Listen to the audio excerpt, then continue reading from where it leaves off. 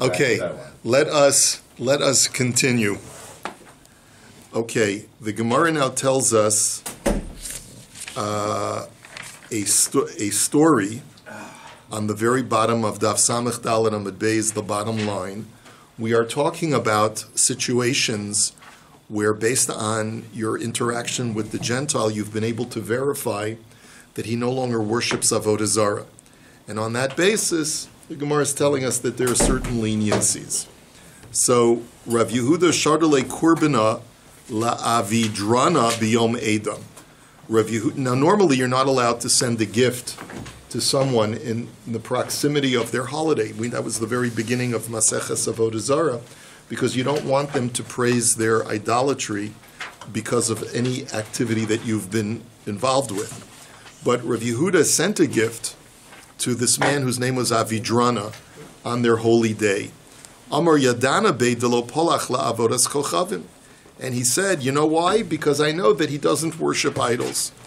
Amar Le Rav Yosef, Hatanya Ezehu Ger Toshav, Kol Shekibel Lov Bifnei Gimel Charim Shelo La'avod Avodas Kochavim. But 1 second, says Rav Yosef, just because you have personal knowledge that he's not an idolater, that shouldn't count for anything. The Brisa says that the only time a person is no longer counts as an idolater, but rather what we call a ger toshav, which is like a righteous Gentile who lives among Jews, is only if he's publicly in front of a beis din of 3 Talmidei Chachamim repudiates Avodah Zarah. But if he hasn't done that publicly, then your personal knowledge of his lifestyle shouldn't count for anything. So his response was, Kitanya hi lach yoso. That brisa, which says that he has to publicly repudiate Avodah Zarah, is only as far as the Jewish community's obligation to sustain him if he's poor. But as far as establishing that he's no longer an idolater, you don't need an actual beis din. Okay, wait a minute. Amar Rabba bar Barchana, Amar Rabbi Yochanan, Ger Toshav, Shavar Lav Yud Beis Chodesh V'Lomol, Harehu Kimin, Sheba Ovdei Kochavim. But what about Rabbi Yochanan's statement that if you have a Ger Toshav and he's been living in the Jewish community, but he's refused to circumcise, in other words, he's not going through with the conversion process and not having a bris milah, then you have to treat him like an Oved Avodah Zarah. And it seems like for all things, including not sending him gifts. So Hasam Kagon Shekibel Alav Lamul V'Lomol. Now that's a situation where he said he's going to convert, and then he fails to do so. Then you assume he's reverted back to Avodah Zarah. But if you know for sure that he's not an Oved Avodah Zarah, so then you don't have to treat him like an Oved Avodah Zarah. I've had situations like that where people have come over the years for conversion, and they start off very sincere and serious, but then they peter out over the course of time. It happens. It happens that, that's why there's a lot of wisdom in delaying the conversion process. You don't want to do anything chick-chock, because you have to let the prospective convert sort of absorb what's going on. Okay. Rava amti le kurbana lebar shishach biyom edom. Ya omar yadana beidelo polach lavodas chachavim. Similar story that Rava brought a gift to Bar Shishach, another Gentile, on their holy day, and he said, because I know that he doesn't worship idols. Azal ashkechei the Yosef on their holy day. Then. What? Why did he send him the gift on their holy day? It happened to be that it was on their holy day. It wasn't right. It was a coincidence. Yeah, it wasn't that it was intentional. So Azal ashkechei the Yosef at Savari bivarada v'kayom zonos harumos kamei. But when he went to bring him the gift, he finds him sitting up to his neck in rose petals, surrounded by naked prostitutes who are like, feeding him, peeling grapes for him or whatever they're doing, just serving him, in this debauched and over-the-top lifestyle. So it sounds like he's still steeped in Avodah Zarah. This seems to be part of the Avodah Zarah. Amar le isluchu kai gavna la'alma da'aseh. So the Gentile says to him, you can imagine him saying, Amachaya. He says, do you even have this thing in the next world? In other words, even in your utopian society, you can't find something like this. Amar le didana difa tvei mehai. So Rava says, what are you talking about? What we're going to have in Yemos HaMashiach is even greater than this. Amar le tfei mehai mihava. He says, how could it possibly get better than this? This is it, man. So Amar le atun ika alaychu emasa de malchusa. Anan lo tihavi alan emasa de malchusa. So Rava says to him, you know, even in your, what you consider to be idyllic right now, you still have to fear governmental involvement. You never know what's going to happen. Government may shut you down at any time, right? But we won't have to worry about that in Yemos HaMashiach. That's why it'll be even a bigger Mechaya. So Amar lei, Ana miha maye emasa de malchusa ika alai. So he said, "What are you talking about? The governments can't touch me. I have protexia. You know, that's ridiculous." But adiyasvi asahu pristika de malka amar leikum de kaboy lach malka. So as he's mamish finishing that sentence, all of a sudden, an officer of the king comes and says, "Get up out of your rose petals, sir. The king has summoned you.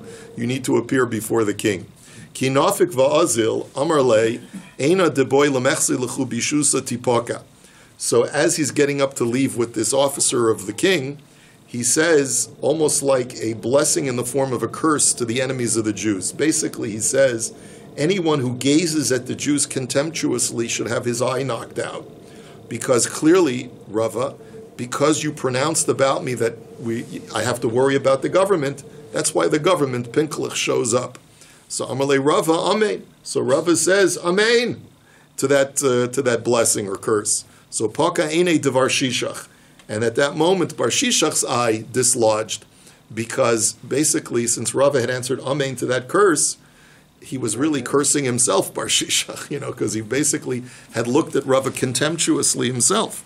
Now, Amar of Pap, so basically, Rava goofed. He thought that Bar Shishach had given up Avodah Zarah, but in reality, you see that he was living this. But is this the broadest definition of Avodah Zarah? It seems the reason why the Gemara is raising this story, it could be, maybe you're right, maybe the Gemara is saying that he didn't goof, and he was just living this secular, immoral lifestyle. That's Avodah Zarah, basically Gemara. I don't know. I'm not sure. It seems. I'm not sure. It could be that maybe you're right. It could be that the Gemara is saying that Rava didn't goof, but just because a guy repudiates Avodah Zarah doesn't mean that he becomes a tzaddik. Maybe that's the message. Okay, I'll accept that. B'nai Noach, they only had to do Shiva mitzvahs. B'nai Noach didn't be for Ger Toshav. Yeah. So they don't have to be so immorally bound. Yeah, that's true. I guess if these were single girls and, Okay, anyway, read the Gemara as you like. It's open to interpretation. Amar of Papi, Iboyle lememrele mehaikra. Benos melachim biakrusecha natzva shagal yeminecha bekesam ofir. He could have, in other words, when Rava was talking about how great Yemos HaMashiach will be, he could have quoted a pasuk from Tehillim, which states that princesses will be at your adornment. The queen shall stand on your right side with a certain kind of fine gold, which a little bit bothers me, because essentially what are we using this pasuk for? To say that you have naked prostitutes. We'll have princesses that will be at our beck and call, and queens that are it almost sounds like the 72 virgins of the Muslims. So you have to, there's got to be more to this. This pasuk is not to be taken literally. He did use this pasuk. I'm saying he could have used this, that's what he's saying. He could have used this pasuk to explain that there's greater dignity in Yemos HaMashiach than using paid prostitutes to satisfy your desires. Amar of Nachman bar Yitzchak Yiboyle lememr lemehacha ayin l'rasa lokim zulosecha yas lemachakalo. That he could have quoted from this pasuk that says, "No eye has seen other than you, Hashem, that which you shall do for those who wait for you."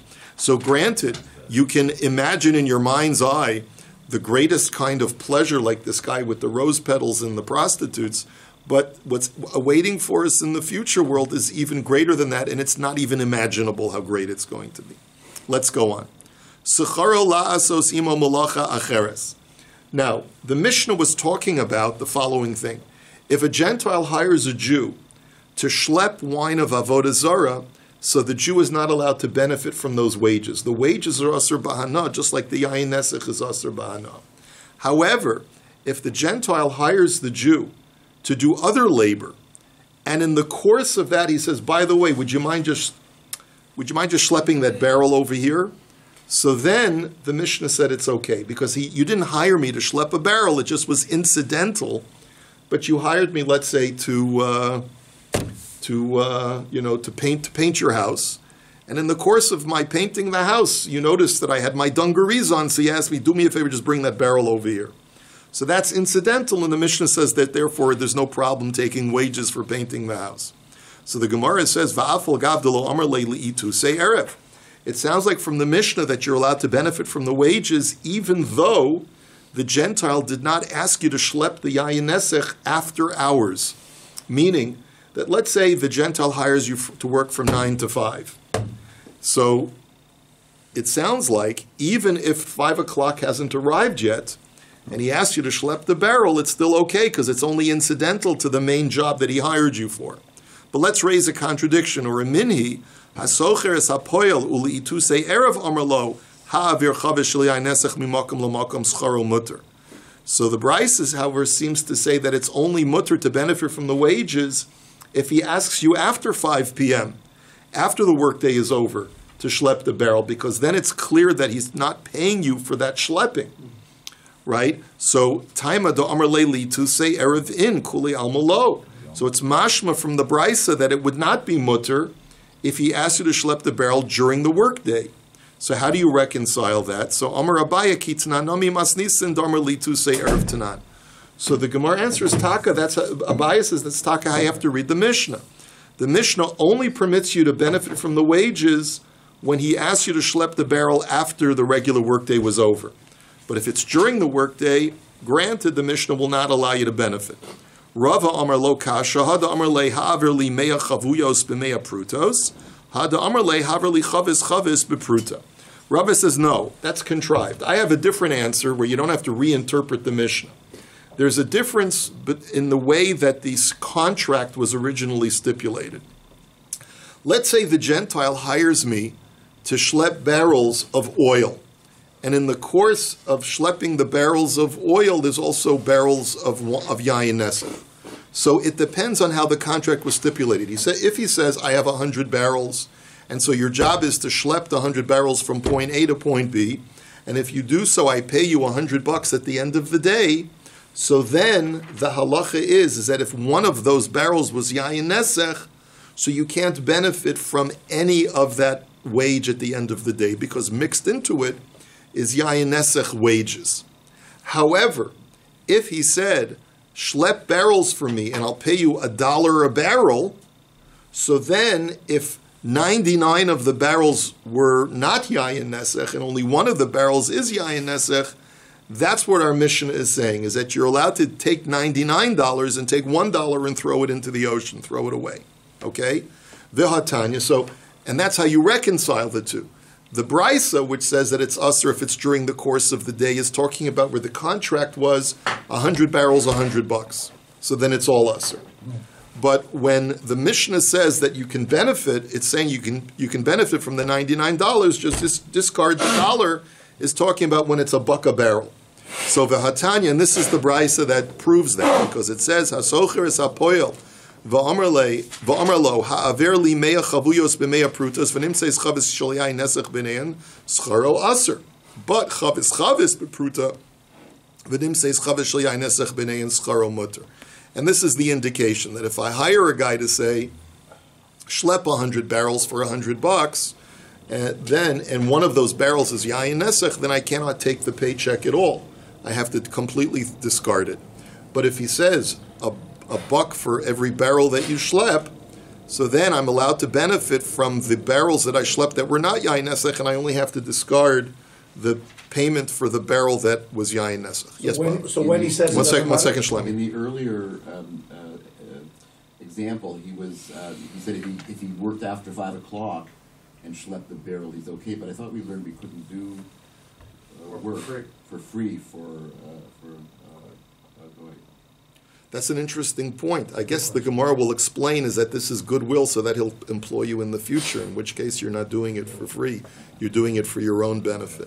Shlomi. I was going to say, so the time doesn't matter anymore? This whole, when he said it? Because it's just going to be whether it's 100 or individual? The time will matter if he said 100 barrels for $100. So then, as long as it's after 5 p.m., if you schlep the barrel, so then it's okay, because then it's clear that the $100 that he's paying you is not for that barrel, because that's not part of the job, right? There was no such thing as, there wasn't overtime. It's just that your day is done, and I owe you $100. Now do me an extra favor and schlep that barrel for me. Would you mind? So if I do that, it doesn't taint the rest of my wages. But if it's during the day? But if it's during the day, so then it depends on how the contract was stipulated.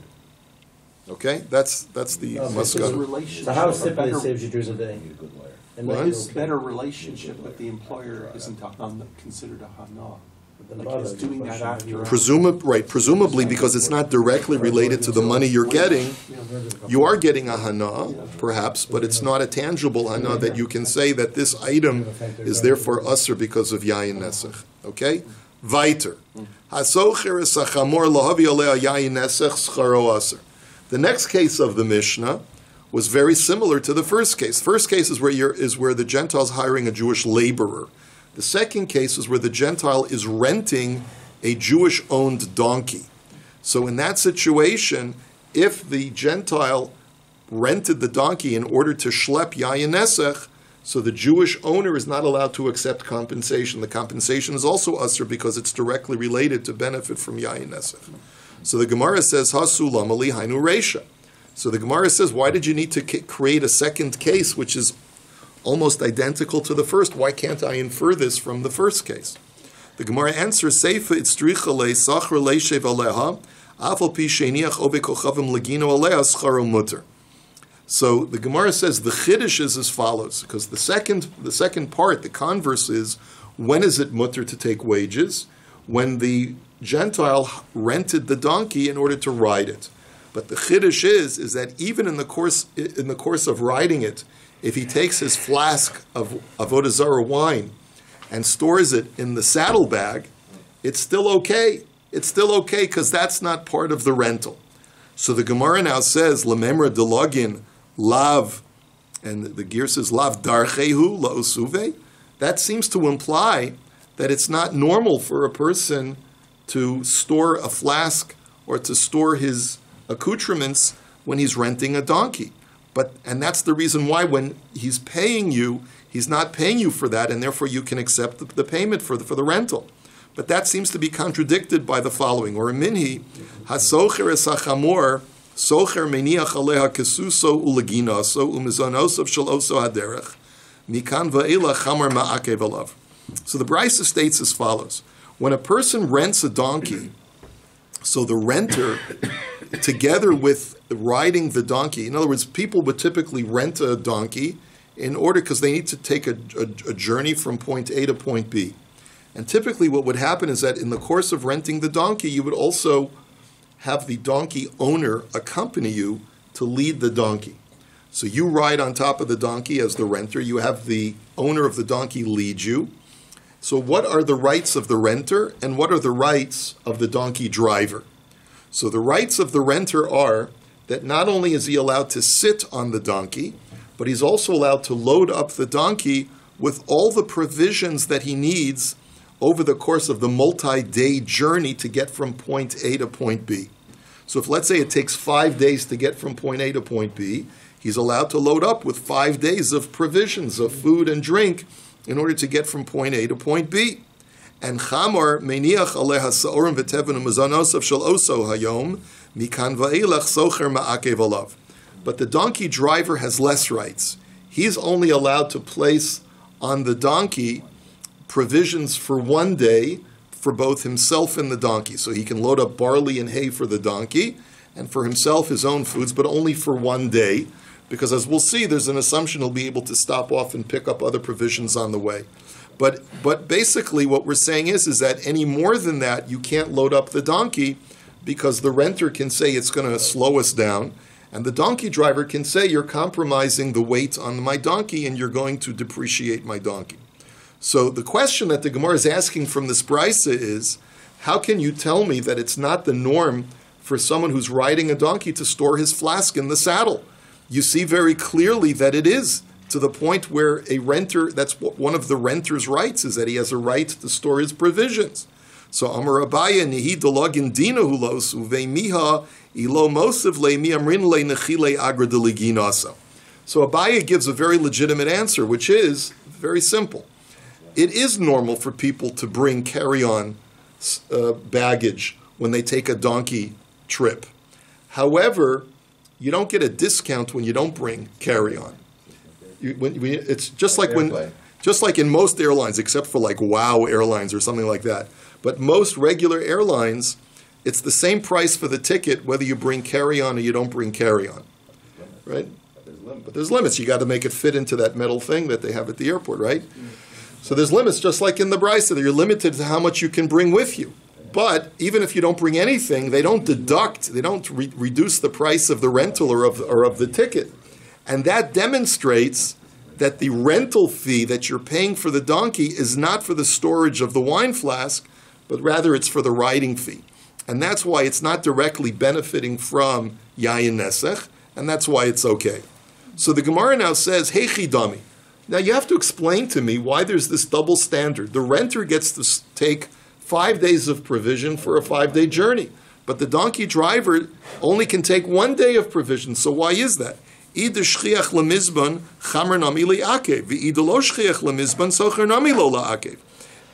you can stop on the way and buy provisions, so why can't the donkey driver say you can only take 1 day? And if there's no place to stop to buy provisions, why can't the donkey driver be entitled to take more?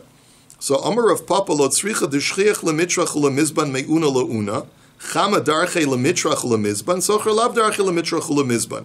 So the answer is that there are places to stop off on the way, but they're like truck stops. If you ever go into a truck stop, it's sometimes very seedy. You don't want to stop in there. It's for the truck drivers.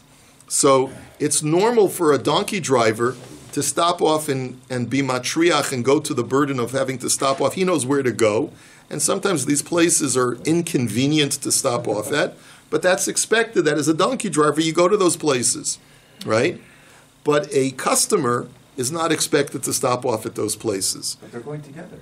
They're traveling together, but you don't expect the customer to go into the Bedouin village to buy provisions. It's a seedy place. Right. It's not right. A customer shouldn't have to bother with that kind of stuff. But the donkey driver, because he's a professional, that's what he does. So he can. That's why the customer can take 5 days of provisions, and the donkey driver can only take 1. Next, Avua de Ravacha Berei de Ravika Havashafich Lahu Chamra Laobe Kolchavim Va'azul Ma'abra Lahu Ma'abra V'yavi Le'ei Gulfei Be'igra. So Rashi gives us the background of what's going on over here. It was very common that when you're a wine manufacturer, you also include in the price of the wine the barrels, because you would then generally, in many instances, you would pour the wine into the buyer's containers, but there were other times when the stipulation of the deal was, I'm selling you wine and the barrels for X amount of dollars, because it's this much, let's say $90 for the wine, and an extra $10 or $95 for the wine, and an extra $5 for the barrels. Today, the deposits. It's more than just a deposit. You get to keep the barrel. Maybe bring I guess $5 back. I don't know about that. But anyway, the point is like this. So this particular rabbi was manufacturing wine, selling it to Gentiles, right? And charging them the price of the barrel, but withholding the barrel. And instead, he poured it into their own containers. So he charged them $100, but he was only giving them $95 worth of wine. So what did he do with the extra? By what right did he have to charge them the extra $5? He basically said to them, that is for the tolls that you would have to pay because I control the toll road to get to my house. So instead of paying the tolls, you'll pay me an extra $5 for the wine, and instead of taking the barrel, that'll go towards the cost of the tolls. Okay, so that's basically the deal that he made with them, and he poured the wine into their containers. So Asu Amri Leile Abaye. So they told Abaye that what this guy is doing is wrong, because essentially he's benefiting from Yain Nesach. You know why?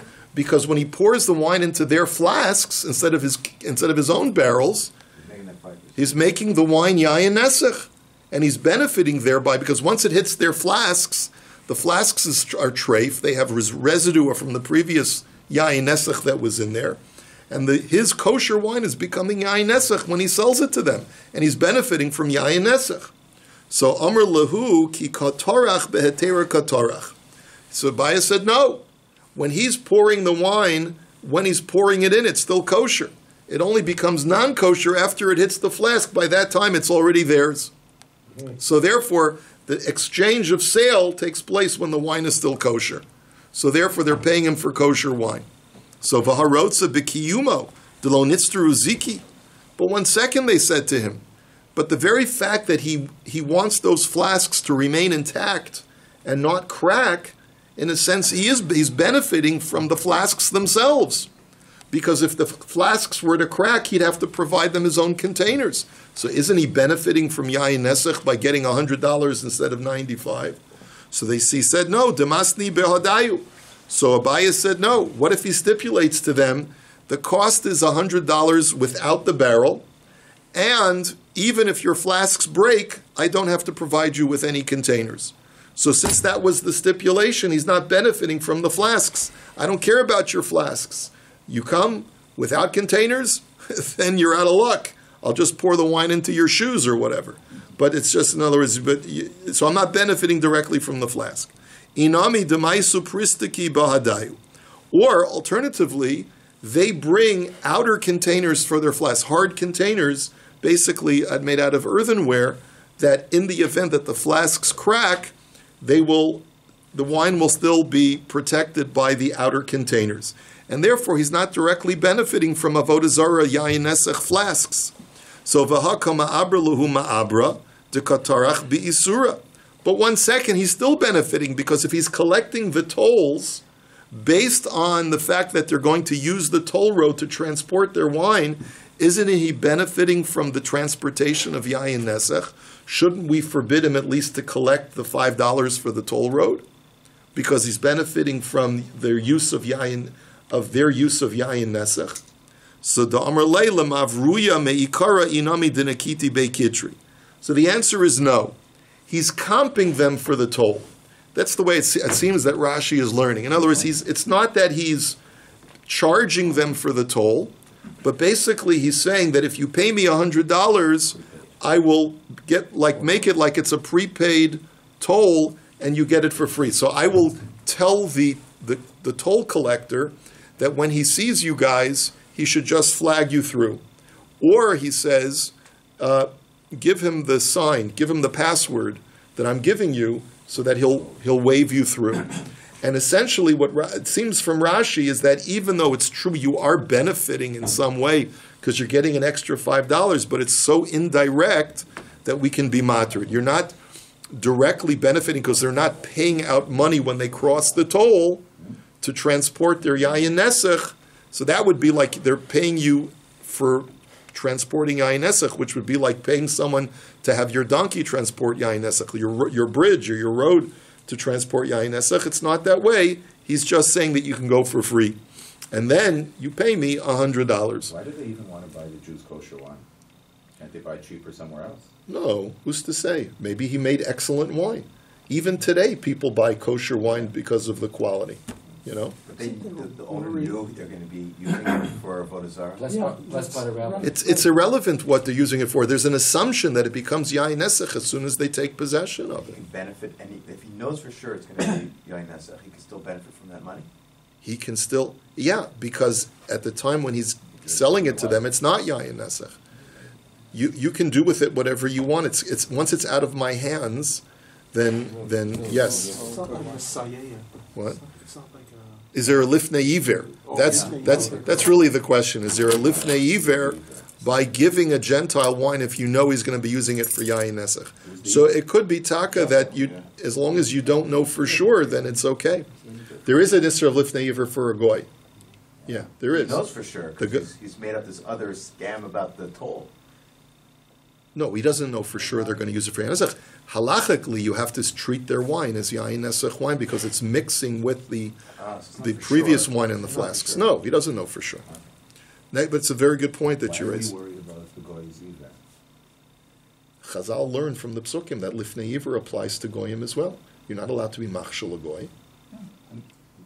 We're not talking about making a pit and let him fall in the pit. He's drinking You're the not wine. allowed to be machshel a goy that he should do an aveira. It's usher. Shem Mrs. Beninoch. Yeah, if he's going to be over Sheva Mitzvah, you can't aid and abet a goy to be over Sheva Mitzvah B'nai Noach. Drinking the wine Yes. No. Avodah Zarah, no? We're talking about when he's going to actually use the wine in the libation of a ceremony, idolatrous ceremony. That's your left ear. That's the issue. Okay, next Mishnah. So that's what you're allowed to sell him wine for consumption. But Rabbi Black's point was, can I sell a Gentile wine if I know for sure he's going to use it for Avodah Zarah? That I think we established already that you can't. Next Did Mishnah. you finish the Inami, the last one, with the ropes? Yes, the Nakiti Beikitri, he gives them a password, or like a symbol. Mishnah. Yayin Nesech, right. Yeah, right. Yayin Nesech shenafal al gabi yanovim yadichen vehin mutaros vim hayu mevukaos asuros. So, if Yayin Nesech accidentally spills on top of kosher grapes, then just wash off the grapes and they're fine. But if the grapes have cracks in them, so the wine absorbs into the fruit, so then it's usher, because there's no way that you can get that flavor out. Nafal agabe te'enim al agabe tamarim yesh ben v'nosein tam usher. If the wine falls on top of figs or dates, if when you take a bite out of the fig or date you can taste the flavor of the wine, then it's usher. Umaysa bevitos benzonin shehevi grogeros besfina v'nishtabr chavashel yayin nesach v'nafal al gabeim v'shal chachamim v'hitirum. That there was once a Maisa where Yayin Nesach fell on with this particular fellow, that wine that was Yayin Nesach on a boat spilled on top of the dates and figs, the dried figs, and the Chachamim were matter them, which of course is difficult to understand. If the Mishnah had just said that it's usher, why you bring me a story that says that they said it's mutter? So it's like what we call a Maisa Lister, right? So the Gemara is going to ask that question in a moment. Zeh klal kol shebahana asa benosein tam aser kol shein bahana asa benosein tam mutter kagon chomet shenafal gabi grisen. And the general rule is that if the flavor enhances the item that it spills on top of, and you can still detect the flavor, so then it's aser. But if the flavor demotes or in any way compromises the quality of the item, it makes it worse. What we call nosein tam lifgam, right? It makes it worse. So then, even if the flavor is detectable, it's still mutter. And the example is a vinegar that spills on beans. When vinegar spills on beans, you might still be able to detect the flavor of the vinegar, and it may have been wine vinegar, in which case it's a problem.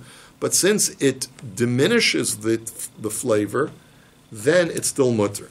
Let's take a look at the Gemara. Well, Rabbi, the other example was the one we just said with the wine. We're going to talk about it in a second. Let's just go through the Gemara. Yeah. So I'm not ignoring you by accident. I'm ignoring you on purpose. You'll see in just a second. Okay. So, right. So the Gemara now says, "Ma'isa listor."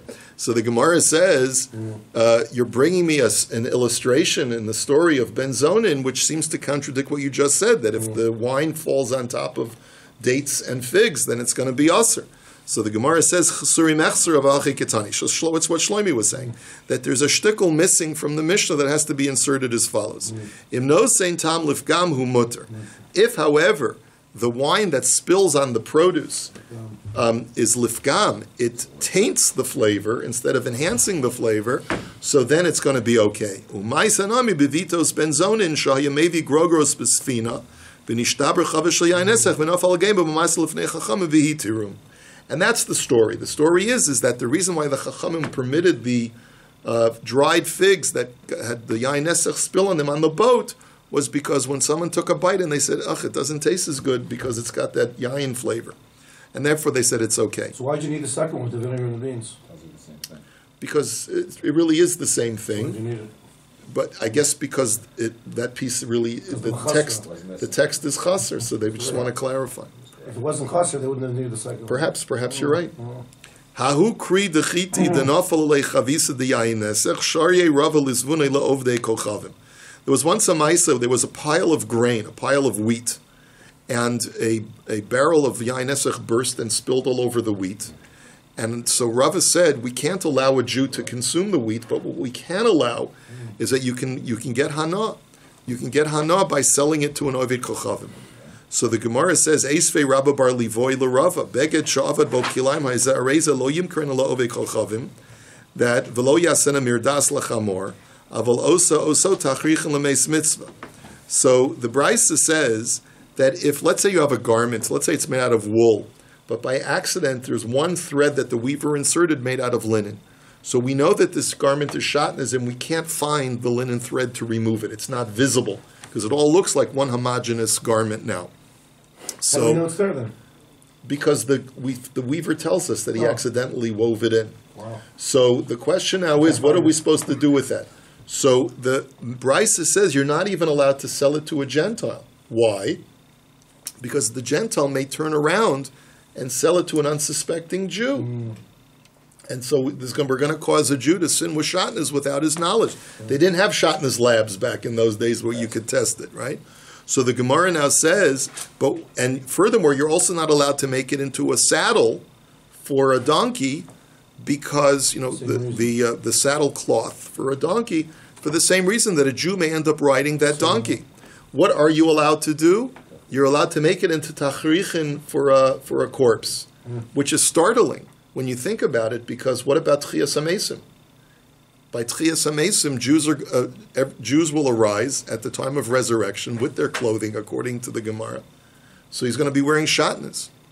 So there are those who want to infer from this statement that after Tchias HaMesim, mitzvahs will no longer apply. And that's the topic of my drasha on Shabbos HaGadol, so stay tuned.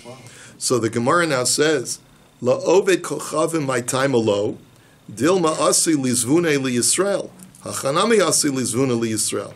So what am I bringing from this brisa? Why can I not sell the shatnez garment to a goy? Because he may turn around and sell it to a Jew. So the wheat also you should be concerned. Yeah. Fine, the goy can have the wheat. But what if he turns around and sells it to an unsuspecting Jew? It's going to turn out that the Jew's consuming wheat that has the yain nesech on it. What about this whole business that's pagam? Isn't it pagam by putting wine on it? So one second, we're going to get to that in a minute. Okay. Just hold on. Right. So the Gemara now says, Hadar shar lemitchinhu ulemifinu ulevlizvuninu laovdei kochavim shelo bifnei Yisrael. So Rava thought about it and he realized that the questioner was correct. And he said, okay, I'm revoking my original heter. You cannot sell wheat to an Oved Avodah Zarah, but what you can do is you can tell the Jew, grind it up and make it into flour, and then turn that flour into bread, and you can sell the bread to an Oved Kochavim. Just don't do it in front of another Jew. Why? Because a Jew is not allowed to have pas akum. You're not allowed to buy bread from a Gentile if it's not professionally baked, right? And so therefore, a Jew sees the bread in the possession of the akum, he's not going to buy it from him, so you've covered that problem. Why does it have to be that the sale is not done in front of a Jew? Because if a Jew sees that the goy got the bread from another Jew, he'll think that the bread is kosher. So don't sell it in front of another Jew, just sell it so that the goy gets it without anyone knowing what the origin of the bread is. And then it's okay, we're not worried then it'll get into the hands of a Jew. Now, Tanan, now let's take a look at our Mishnah, like Shlomi said. Yayin nesach shnafal gabi anovim, yadichan vehein mutaros, im hayu mevukos asuros. We said that if wine spills on top of grapes, just wash off the grapes and they're fine. It's only usur if the grapes are cracked. So mevukos in, shein mevukos lo. But if they're not cracked, it's perfectly okay, just rinse them off. So why didn't Rava have a simple solution? Tell the guy, rinse off the wheat kernels, and then sell them to anyone who you want. You sell them to a Jew also. They're completely mutter.